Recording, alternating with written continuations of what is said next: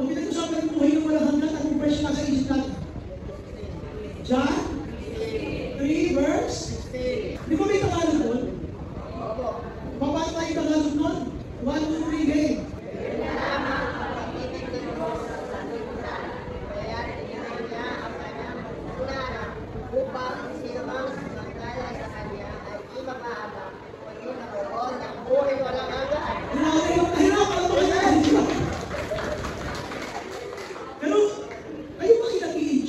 Meron kayong eternal life.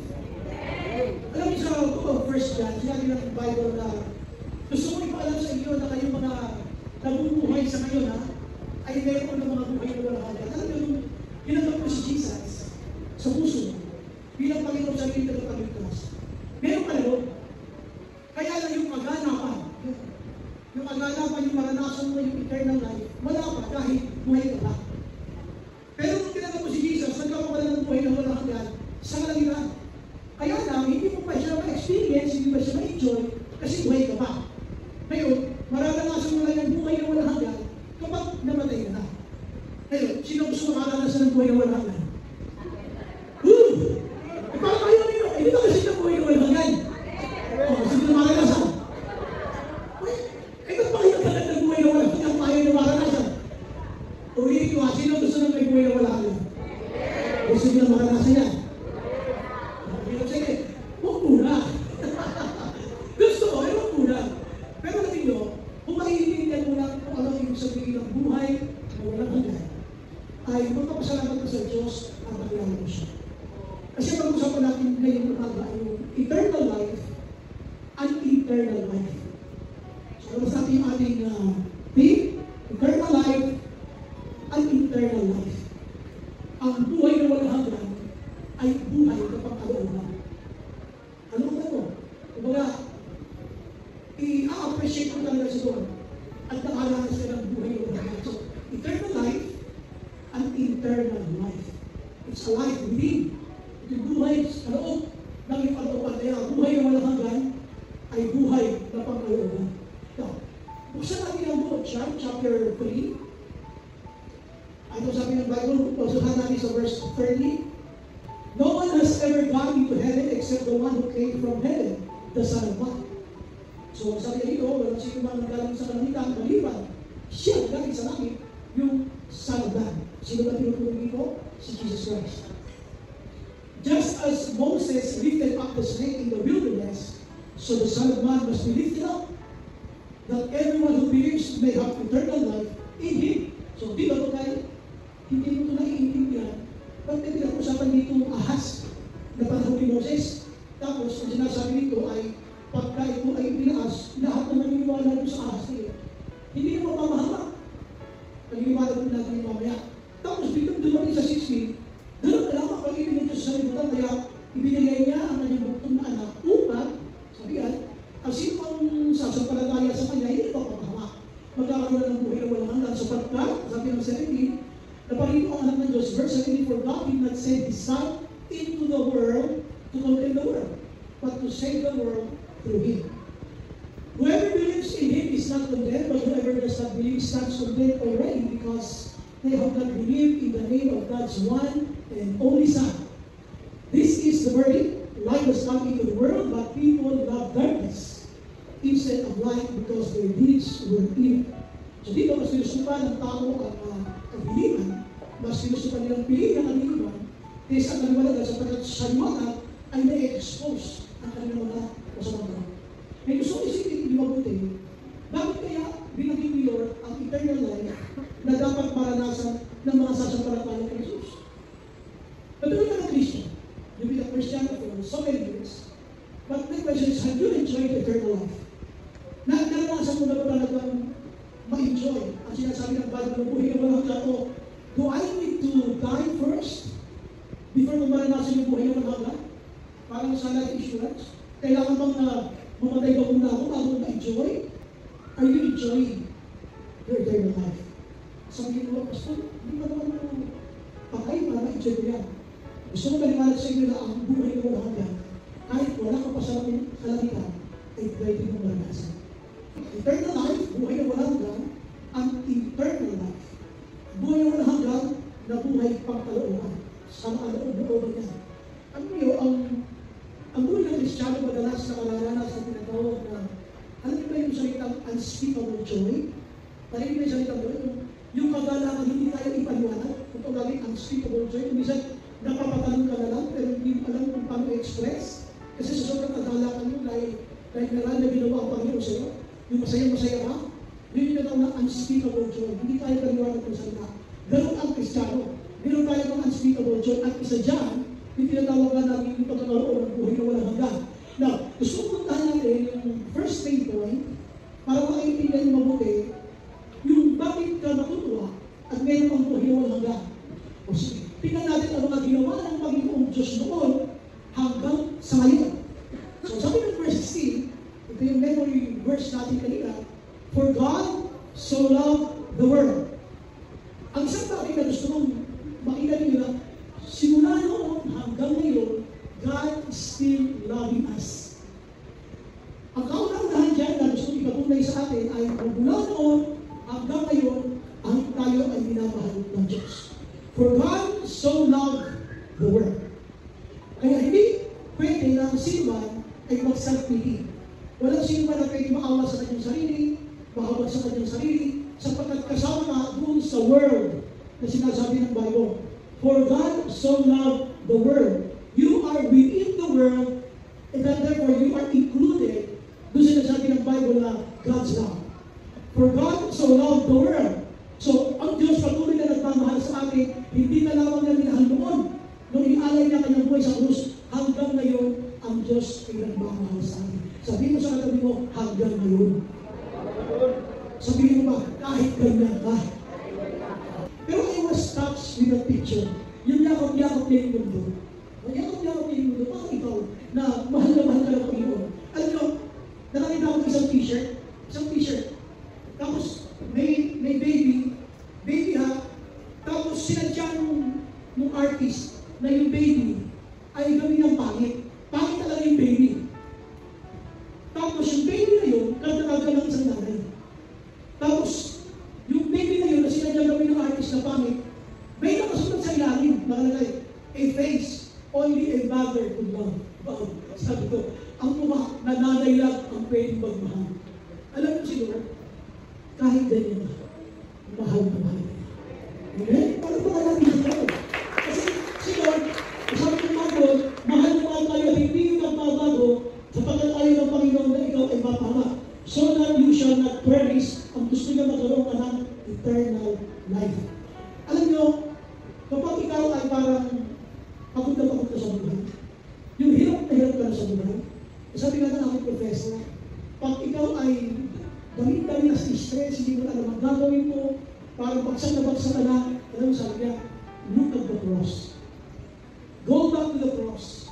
Pagmasdan mo ang krus, kung ano ang lahat ng kanyang mga binilis para sa iyo, sapagkat ikaw ay mahal na mahal niya. Alam mo na parang pinagdududahan mo na pagpapahal ng Diyos, go back to the cross. Alam niyo kaya ako tulos ng balikan? When was the last time you meditated on God's love? Kaya mo huling pinag-isipan kung gaano ang mamahal ng Diyos.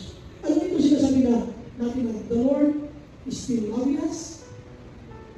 Mabalikan natin yung panahon ng Exodus. Para maintindihan niyo yung sinasabi natin na pagmamahal ng Diyos sa atin. Ito ay nag-umpisa sa Exodus chapter 2. Noong unang panahon ng mga Hudyo, panahon ng Israel, doon sila ay sinakop ng pagkakalipin ng Faraon at ang kanyang hari. Alam niyo ba nangyari? Ang mga Hebrew slaves, yung mga alipin ng mga Israelita,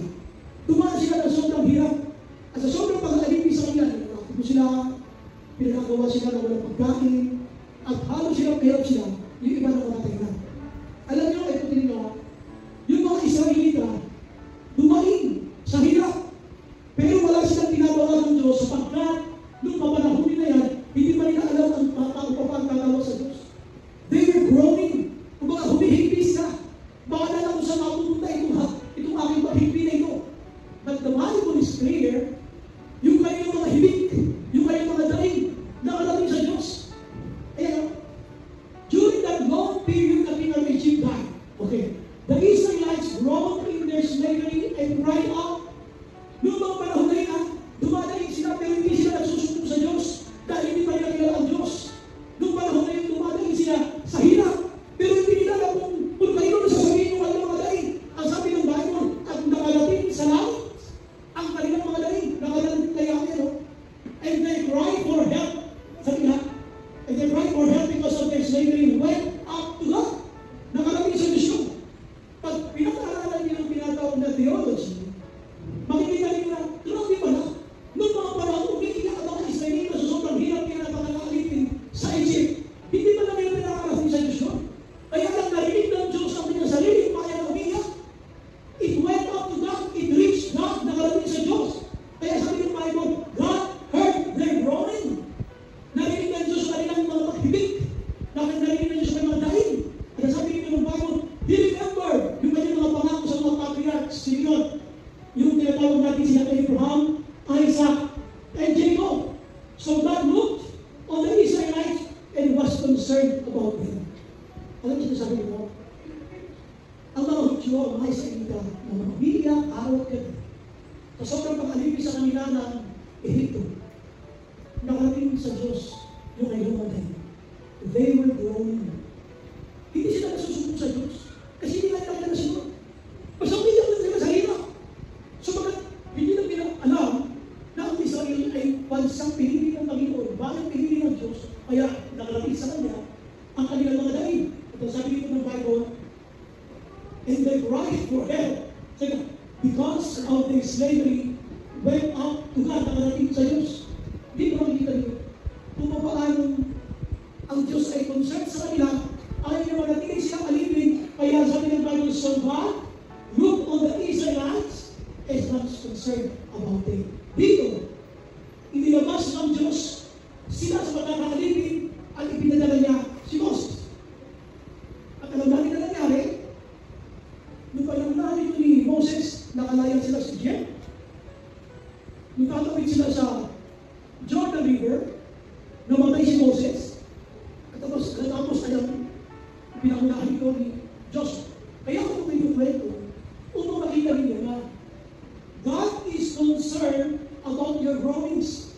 Kung meron ka mga groanings, may mga paghibig ka sa Diyos, meron ka mga iyak pagdaing sa Diyos, God is concerned about you because God loves you. Ayun mo. So God looked on the Israelites and was concerned about them. Kaya ang ginawa niya, hindi kayo pwede malamig, alipin ng mga Israelita, lalabas kayo sa mga alipin. In other words, God cares for everyone. Kaya kung meron kami sinabing dinadaanan sa buhay ngayon, nais ng Diyos makalabas ka dyan. And God is going to use a person or persons just like Moses to lead you, get out of the slavery. Gusto ko maintindihan mo lang, ang Diyos natin ay alam ang miserabling pinagdadaanan namin. And God is concerned about you. Mahal na mahal ka ng Diyos. Kaya kung ikaw man ay nag-iisip, Lord, hindi mo niya pauwi-uwi niya, tandaan nyo, nang unang umiyak ang mga Israelita, they don't know where those prayers should go to. Nakalating lamang sa Diyos Ama. Ang kanilang mga iyak, the Israelites groaned in their slavery and cried out. At sabi nito ng Bible, nakalating yun. Saan? It went up to God. Lahat ng iyak ng Kristiyano, dahil tayo piniling bayan ng Panginoon, ay nakakalating sa Diyos. Lahat ng mga pagluha mo paggabi, mga pag-iyak mo, yung sabihin mo parang hindi ka makakalusot sa lahat ng problema nito. God is still concerned about you. Tandaan niyo, ang kwento ng Biblia, nakalabas ang mga Israelita sa pagkakaalipin mula sa Egypt. Kaya makakilabas kayo. Pagkakaalipin. Sabihin mo siya na di mo makakalabas kayo. Bilis-bilisan mo lang. Hindi kasi natin tumatangay. May mga problema pinamayanan si Lord. Daan lang dapat eh. Daan lang. Kaya lang tinatangkayan natin ay ang tagal-tagal mo dyan. Sabihin mo, daanan mo lang. Ulit, sabihin mo sa sabi mo, daanan mo lang. Huwag mong takabayan. Chapter 3 na ito ha. Chapter 3 ha. Sabi chapter 2. Ngayon chapter 3. Go, sabi niya, assemble the elders of Israel and say to them, sabi mo sa kanila, the Lord, the God of your fathers, the God of Abraham, Isaac, and Jacob, appeared to me and said, ano ang sabi? Sabi ni Lord kay Moses, tumayo ka, i-assemble mo lahat ng mga leader ng Israel, at sabihin mo sa kanila, anong sasabihin mo? Nagpakita sa akin ang Diyos ni Abraham, ni Isaac, ni Jacob. I have watched over you and have seen what has been done to you in Egypt. Sabi niya dito, napagmasdan ko, nakita ko kung ano mga ginawa sa iyong dito. And I have promised to bring you out of your misery. Pangako ng Diyos na ilabas kita sa miserable buhay. Anong buhay pinagdadaanan mo na? Pangako ng Diyos, panahon pa lang ating mga ninuno, ng ating mga patriarka, yung sinabing patriarka o patriarchs, our forefathers, he was referring to Abraham, Isaac, and Jacob. At sabi niya dito, pinangako ko sa kanila, ang aking pangako, ito sa niya, I have promised to bring you out of your misery. Ano yung mga misery na dinadaanan mo ngayon? It was God's promise at the time na yung kabilangan ang ilabas na sa buhay na miserable. You don't deserve to stay in a miserable life. It is God's promise for you to be out of a miserable life. Sabi na dito, ano mangyayari sa iyo ngayon? Ikaw ngayon ay pupunta sa lupangin ng mga Canaanites, iyan yung promise land. Hittites, may mga masasakot mo, Amorites, Perizzites, Hivites, and Jebusites. A land flowing with milk and honey. It was the promise land. Ito yung pangako ng Diyos. Kapag kaya ang Diyos ng pakita sa iyo, ang buhay ng walang hanggan ay hindi lang yung mararanasan sa kalangitan. Kahit dito sa kalupaan, kung ikaw na magbubuhay na may katapatan, mararanasan mo ang kanyang kasalanan. So number 2, basahin din natin yung verse 16. For God so loved the world that He gave His one and only Son, that whoever believes in Him shall not perish, but have eternal life. So, sabi mo kanina, eternal life. An eternal life. Ang buhay na walangan ay buhay na pangkalooban. Kumisa ng Kristiyano, nakangitigan.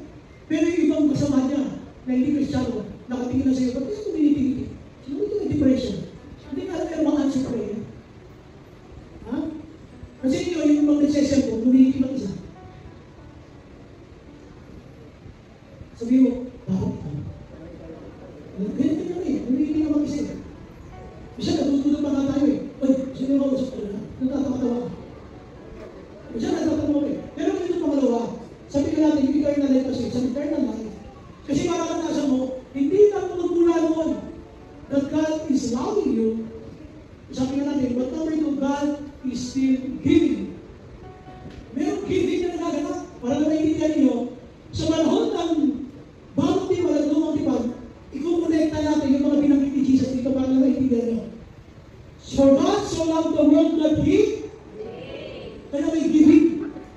Ibinigay na ni Jesus kung paano mo sa krus ng Kalbaryo, pero hindi ibig sabihin na binigay niya lang ng buhay sa krus ng Kalbaryo, huminto na siya sa pagmamahal sa iyo. Hindi siya huminto, tuloy-tuloy ang pagmamahal ng Diyos sa iyo, araw-araw, kahit makulit ka. Kahit makulit tayo. So sabi ka ng Bible, for God so loved the world that He gave His one and only Son. May tatanong ako siya. Tatanong na ako. Kasi kung ito ay prepare ng message ito, masyado akong na-strike. Bakit? Pinamakan ako sa puso ko, dito sa verse na ito. Pinanga, please, sundan niyo ako. For God so loved the world, yung God, He loved the world, to prove that love, He gave His one and only Son. Alam naman natin, isa lang ang tugtong na anak naman. Isa lang ang tugtong na anak, at ang kanyang pangalan ay Jesus Christ. Amen? He gave His one and only Son. Alam niyo, anong tanong sa akin, ikaw magpipipiro. How about you? Ibinigay mo ba ang lahat na para sa akin? Ano yun? Ikaw ba binigay mo ba ang lahat para sa akin? Hindi ako naiintindihan. Ang tanong sa akin niya, Lord, ikaw ba binigay mo na ba ang lahat para sa akin? Tayo hindi ba? Alam mo, hindi ka natin binibigay. Oras nga lang. Kung yung oras mo lang yung mabigay mo, ilalo na yung tithes mo. Lalo na yung offering mo, lalo na yung pledge mo. Oras mo lang eh. It costs you nothing. Hindi mo ibigay, pero hindi pa kaya. God gave His one and only Son. Lahat-lahat ngayon na meron siya, ibinigay niya. Kumusta? Naibigay mo na lahat? Kasi kalagipin mo na gawin mo, nabigay mo na lahat.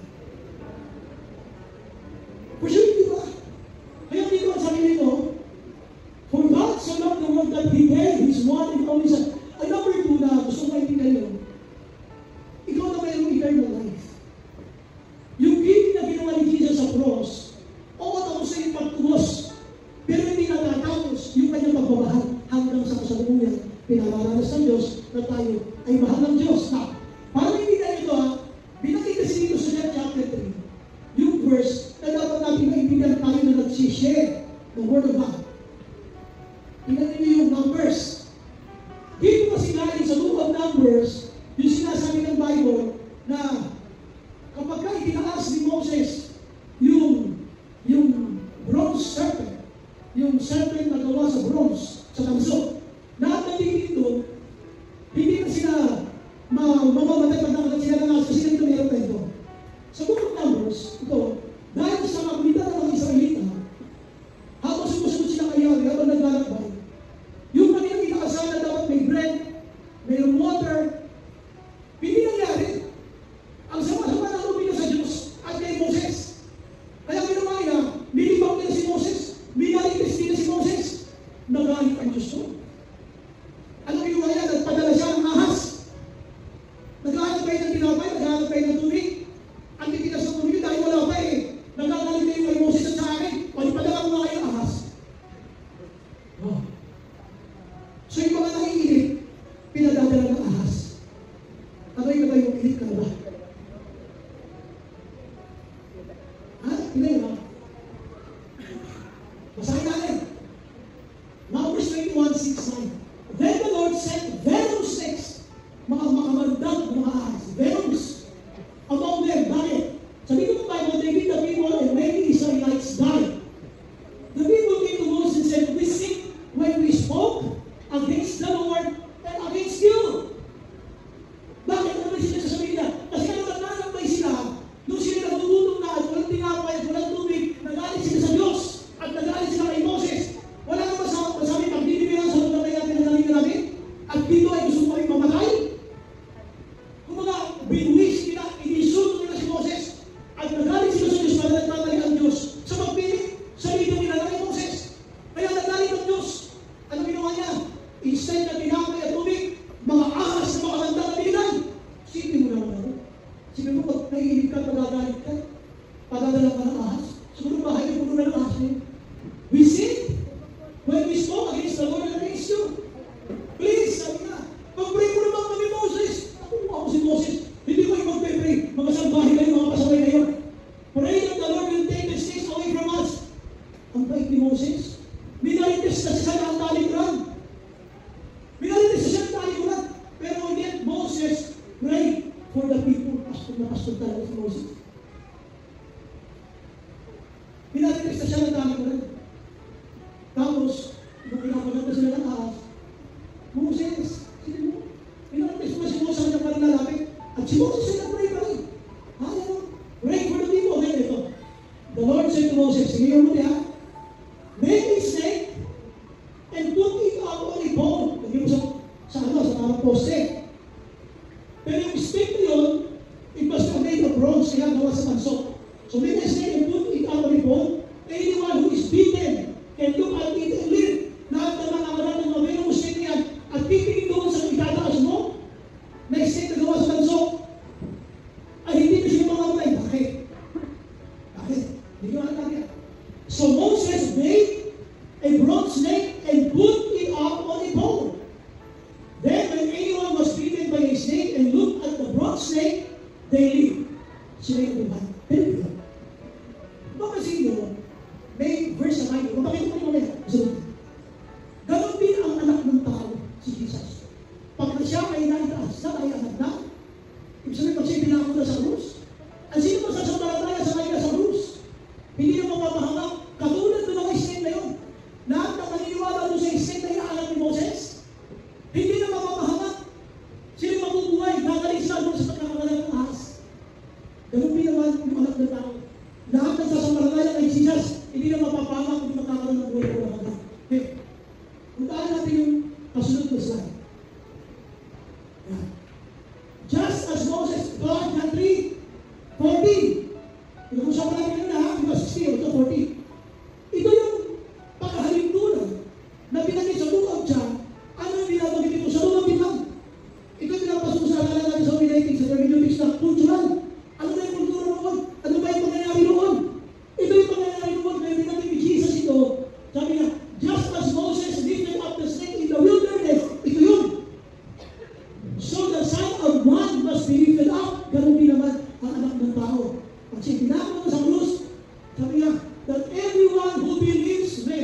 eternal life.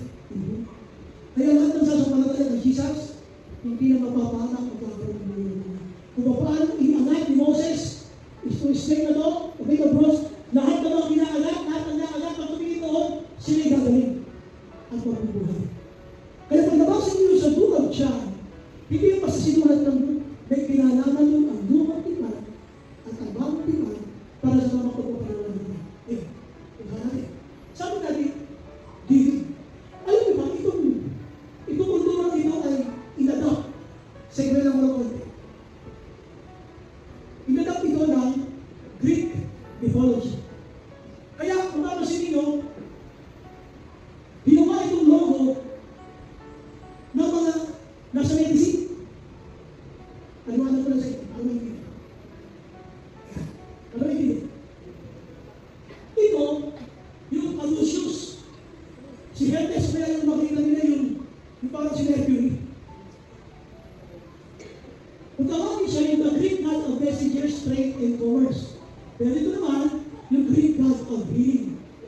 Pareho lang ginagamit yan, pero ang widely acceptable ay ito. Dahil ito kasi ay may biblical grounds. Ang biblical grounds niya ay yung si Moses, itinaas niya yung ahas. Napakalimunan na sino mang bibigyan sa ahas ay makitawag ng ahas, hindi ka na makamatay. Ganun ba rin naman, pag si Kristo itinaas na, pag sumampalamaya ka sa kanya, hindi ka na rin mapapama. Ito ay mabubuhay magkakaroon ng ang gusto ko ipakita dito, yung eternal life na yan, pwede mo maranasan yan kahit wala ka pa sa kalamitan. Katotohanan na ito ay nakaranas ng bagong kapanganakan. Yung kaganapan ng buhay na walang hanggan, sa langit talaga yun.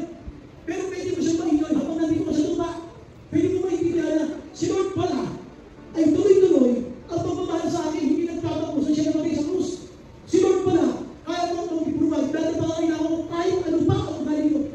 Mga masama yan eh. Mga nagsalita ng hindi makita sa Panginoon, pero ang ginawa ng Panginoon, instead na bigyan sila ng sabihin natin ng parusa, magkakaroon sila ng parusa, ipinanalangin sila ni Moses at sila ay dito sa pagkakahaba. So pangatlo, kung alam ba natin ito, verse 17, for God did not send His Son into the world to condemn the world. Alam niyo ba? Isa ito sa pinakamagandang verse na dapat i-memorize, verse 17. Kung memorize niya 16, i-memorize niya 17. Why? For God did not send His Son into the world to condemn the world. But to save. Para iligtas ka. Hindi ka binigay mo si Jesus sa lupa upang ikaw ay mapahama. Kundi para ikaw ay iligtas. Kaya magiging na magiging yan. Kaya kung makapasin dito, for God did not send His Son into the world to condemn the world, but to save the world. Ito yung saving. Ang eternal life, ang buhay na walang hanggan, ay buhay na pangalaman. Yung alam mong iligtas ka ng Panginoon, yung alam mong ikaw ay sa kanyang biyaya, ay nagpapatuloy, kung meron kang kapayapaan, kahit marami kaguluhan, kasi alam mong iligtas ka ng Panginoon. Ang unang dahilan, bakit siya nagpunta rito sa lupa, hindi para ikaw ay hapunan, kundi para ikaw ay iligtas mula sa kapalusahan. Kaya napakasarap na ikaw ay mabuhay, napakasarap na ikaw ay nakakilala sa Diyos. Meron kang eternal life na hindi mo lang pwede enjoy sa langit, hanggang ngayon pwede mo siya enjoy. God is in the business of saving souls. Kaya patuloy tayo nag-reach out, patuloy tayo umaabot, patuloy tayo nag-share. We want them to be saved. Gusto natin silang maligtas, sapagkat yun ang utos sa amin ng Panginoon, pag kayo humayon, pangalan ng mabuting balita, upang sila ay maligtas sa mamamagitan ng kanyang ginawa sa krus ng Kalbaryo. So hindi mo pwede sabihin na siya lang naman, tapos ang tigas na mo na kahit anong share mo, ayaw makinig sa'yo, hihinto ka na. Huwag kang hihinto ka din. Si Jesus, hindi tayo pinipigilan. Hindi tayo hihintuhan, hindi tayo sinusubuan. Alam mo, may kasabihan na tayo na, pag hindi mo sinubuan, sinubuan mo na. Pag hindi mo sinubuan, sinubuan mo na. Kaya huwag mong susubuan. Yung kaibigan mo, yung best friend mo, huwag mong susubuan. Tuloy-tuloy ang magsisira. Hindi mo pwede sabihin siguro hindi ka lang dito na lumaligtas na. Siguro, ang gusto ito nila maintindihan, sino magsasabi? Ayan ang verse na yun, nagpunta siya ito upang iligtas ang marami. Kaya tayo naman, bilang kanyang anak, tuloy-tuloy ang pagbabahagi ng mabuting balita. Hindi ka po pwede huminto, tuloy-tuloy ang pag-share ng Word of God. So, there is a saving His side. Hindi ka lang niya iligtas, kundi gamitin ka niya para magligtas ng ibang mga tao. So, ulitin natin ating theme. Ano yung ating theme? Eternal life and eternal life. Kasi, eternal life at eternal life. Tuloy na nakakilala sa Diyos, hindi humihinto sa pagbabahagi ng salita ng Diyos. You are also in the business of reaching out, saving people, because that is the one utos siya ng Panginoon na hindi mo pwede hintuan.